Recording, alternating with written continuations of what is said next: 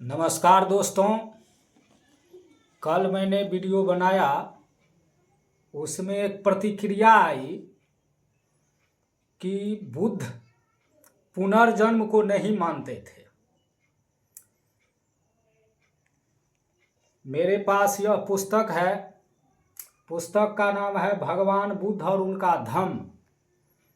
बोधिसत्व बाबा साहब डॉक्टर भीमराव अंबेडकर की लिखी हुई यह किताब है। पढ़िए।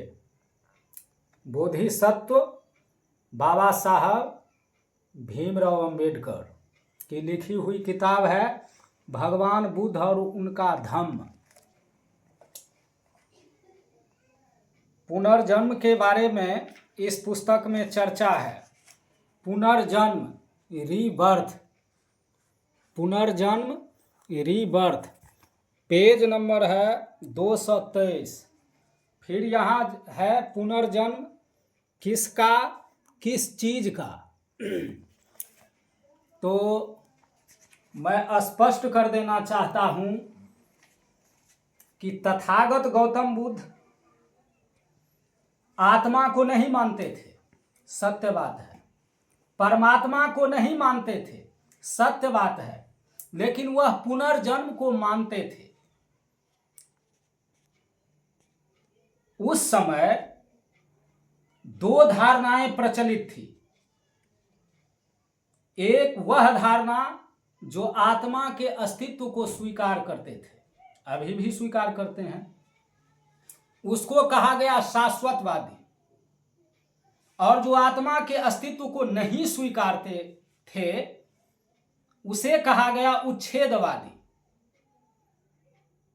तो शाश्वतवादियों की मान्यता है कि आत्मा अमर है।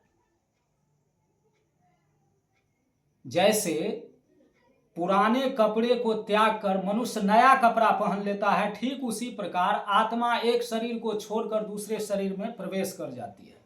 गीता में इस तरह की बात आई है। और यह बात भी गीता में आई है कि नैनं छिन्दन्ति शस्त्राणि नैनं दहति पावकः न चैनं क्लेदयन्त्यापो न शोष्यति मारुतः। अर्थात आत्मा अजर, अमर और अविनाशी है।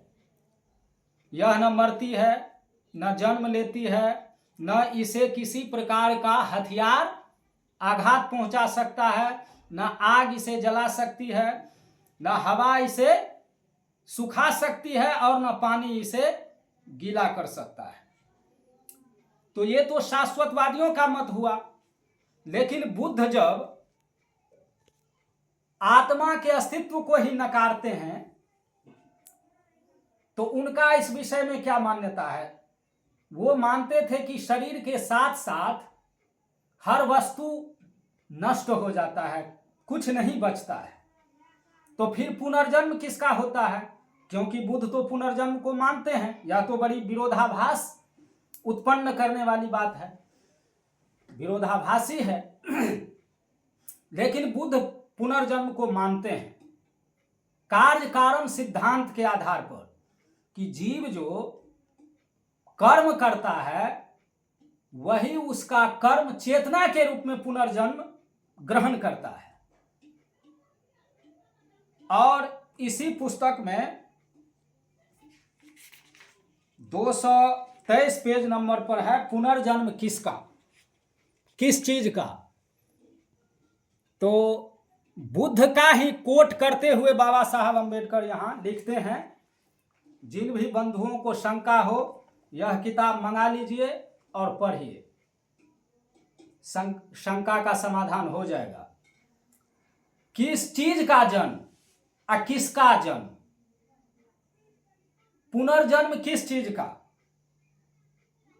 तो भगवान बुद्ध के अनुसार 4 भौतिक पदार्थ है, 4 महाभूत है जिससे शरीर बनता है। वे हैं पृथ्वी, जल, अग्नि, वायु। तो सवाल है, जब शरीर की मृत्यु हो जाती है तो इन चारों तत्वों का क्या होता है? क्या वे भी शरीर के साथ मर जाते हैं? कुछ लोगों का कहना है कि वे भी मर जाते हैं। भगवान बुद्ध ने कहा कि नहीं, ये 4 तत्व मरते नहीं हैं। बल्कि आकाश में सामूहिक रूप से मौजूद उनके समान ही भौतिक तत्वों में मिल जाते हैं। जैसा इसमें लिखा हुआ है वैसा ही मैं कोट कर रहा हूं, वैसा ही मैं पढ़ रहा हूं। आकाश में तैरते हुए मौजूद तत्वों से जब इन चारों तत्वों का पुनर्मिलन होता है तो पुनर्जन्म होता है।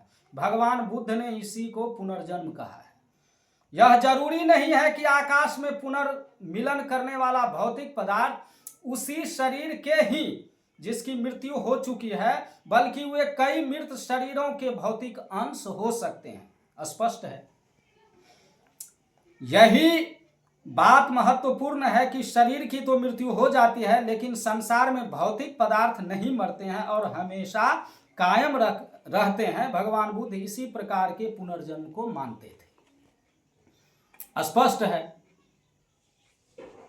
कि वो पुनर्जन्म को मानते थे।